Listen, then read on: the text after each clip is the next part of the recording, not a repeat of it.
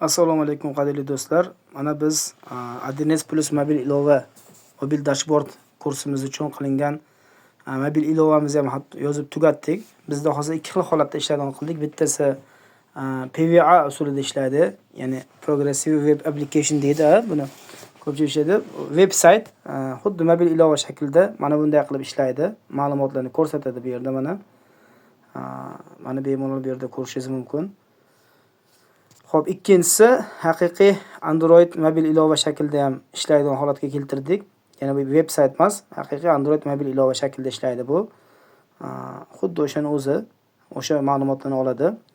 Hozir ba'zamiz lokalniy kompyuter turibdi. Hattoki lokal kompyuterga ham uni qildik. Agar kimdadir VPS ga ulashga imkon bo'lmasa, lokal kompyuter o'zida bemalol bazasini lokal kompyuter internetda yo'q turgan bo'lsa bo'ldi, bazaga ulanib ma'lumot ko'rish mumkin bo'ladi. To'g'ri, o'rtada bitta VPS kerak bo'ladi bizga, o'rtada konnektor o'tirishlik uchun. Xo'p, ilovamiz nimadan iborat bo'ldi? Qanaqa funksiyalar bor ko'rsataman bu yerda mana. Tepada davr tanlash oynasi bor. Bugun kecha, ushbu hafta, o'tgan hafta qisqasi standart davrlarni kiritib qo'yganmiz. Mana biz misol uchun aytaylik, avvalgi oy deb tanlaylik. Saqlash yopish qilsak, mana bu yerda ma'lumotlar ko'rinadi. Bu yerda kunduzgi rejim, tungi rejim bo'lishimiz mumkin. Bu yerda sozlamalar hamda chiqish tugmasi bor bu yerda. Sozlamalarda server adresini ko'rsatadi bu yerda. Xo'p, endi mana ko'rib turibsiz, jami savdo misol uchun shundan qancha foyda, kassada qancha pul bor, kimning qancha qarzi bor, omborda qancha tovar bor. Mana so'nggi kunlardagi nima ekan bu? So'nggi kunlardagi savdo hajmi bu. Xo'p, savdo bo'limiga o'tadigan bo'lsak, mana savdo bo'limi tepada mana dinamika turibdi bu yerda mana jami savdo hamda jami foyda va buni dinamika shakldagi ko'rinishi. Xo'p, keyin top tovarlar bu yerda, ya'ni bizni eng ko'p sotilgan tovarlarimiz ro'yxati. Bu yerda batafsil ro'yxat, tovarlarimizni necha bilan sotilganligi haqida. Mana bu yerda moliyaviy bo'limlar, mana misol uchun mana xarajatlardan qanchasi jami xarajatlar hamda uning tarkibi xarajatlar turi bo'yicha. Bu demo baza bo'lganligi uchun bu yerda har xil ma'lumotlar qanaqadir dinamik ko'rinmayapti, lekin haqiqiy bazada bu dinamik ko'rinadi. Va kassamizdagi ostatki pullar.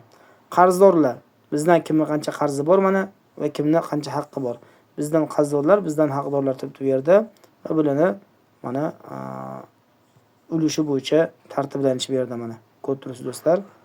Tasdiqlanish kerak bo'lgan hujjatlar, biz yana shunaqa narsa qo'shdikki, Adnesda turib misol uchun aytaylik $500 dan katta summani men tasdiqlayman deb rahbar agar aytib qo'yadigan bo'lsa, bu tasdiqlanish kerak bo'lgan hujjatlar bu yerga keladi.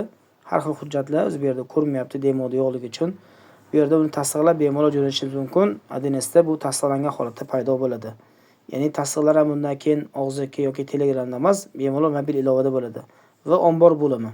Ombor bo'limida ombor qoldig'i va ularning tovarlar bo'yicha, omborlar bo'yicha summasi hamda tovarlar eng ko'p qoldiqqiga tovarlar va bu yerda mana 10 xil tovarni batafsil ro'yxati do'stlar. Ya'ni mobil ilovamiz mana shunday holatda bo'ldi.